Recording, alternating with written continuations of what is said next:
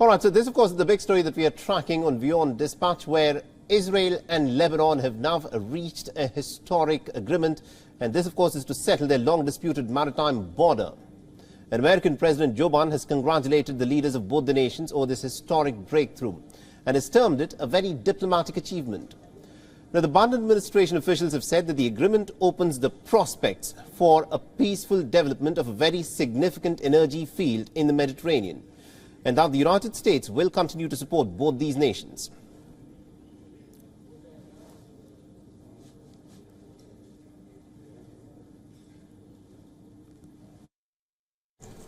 President Biden spoke to Prime Minister Lapid and President Un today to congratulate them on reaching this agreement. And I also want to say a special thanks to our allies and partners in France who were critical to getting there, as well as to our own Special Envoy, Amos Hochstein, for tireless work in bringing this agreement to fruition.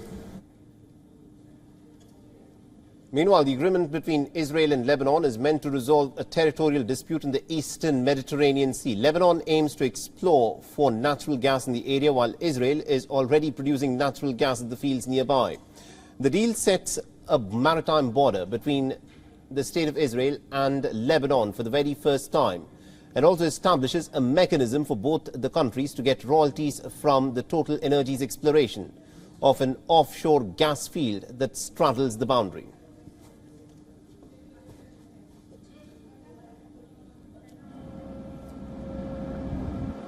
And also what is interesting is that the Iran-backed Lebanese armed group Hezbollah has been non-committal over the finalized deal that does not touch on the shared land border, where Israel and Hezbollah have clashed repeatedly in recent decades.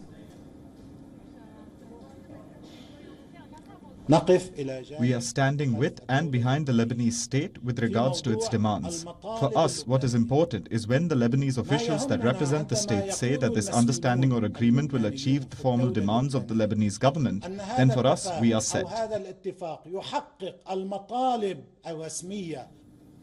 And also the deal cracked by both the countries has received some pretty mixed reactions. Listen in.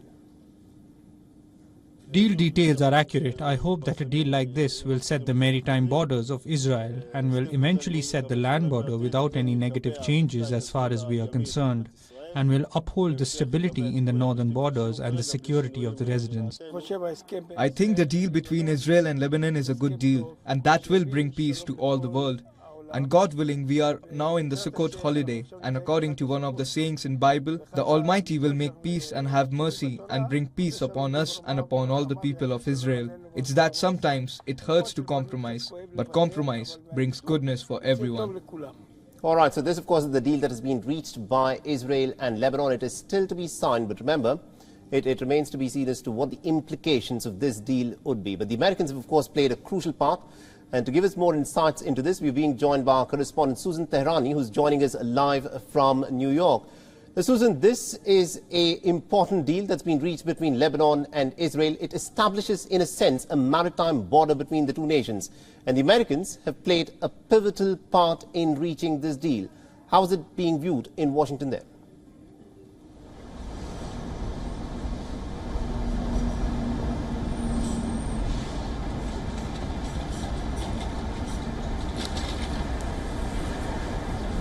I'm sorry, I didn't get the last part of your question. Can you repeat that, please? Yes, Susan, I think the line is a little patchy. The question that I was asking you was, the Americans have played a crucial role in brokering this deal between Lebanon and Israel. How is this deal being viewed within the United States of America? It's a maritime border that has been established. Will the United States now urge Israel and Lebanon to sort out even their land border dispute? Yeah, that's a very valid point. The question right now is, will this deal bring security? And many believe that it's a mixed bag, considering the fact that it shows how far Israel is willing to go to establish some form of normalization or security with its neighbors, and considering the fact that Lebanon was in such dire straits, if you may, economically, but was willing to get so much out of this deal, at least economically, according to many experts. But then on the other hand, many believe that as long as a group like Hezbollah, for example, has influence in Lebanese politics, it's hard to imagine if there will be an outright sort of peaceful and disputes between Lebanon and Israel. And while the temperature has been lowered right now, there are always going to be this sort of likelihood of a Hezbollah-Israel conflict simmering from behind. So I think that's despite the here, but I think it overshadows any kind of peace and security deal between Lebanon and Israel. And I think that was one of the main issues that Benjamin Netanyahu was concerned about when he was criticizing this maritime deal. Absolutely, indeed. That's a crucial part. Thank you very much indeed, Susan Tehrani, for joining us from New York and getting us those insights there. Now, remember, this is, of course, a deal that has been reached, but it still needs to be signed. And there are voices within both Israel and Lebanon who are not very committal to the deal. Netanyahu, in fact, has gone on and described this as a historic sellout to Lebanon. That's how it's described it. And Israel, of course, is bracing for a general election on the 1st of November. And our correspondent Jody Cohen has also been tracking the story very closely for us and has sent us this report from Ra'anana. Listen in to what Jody Cohen has got to say.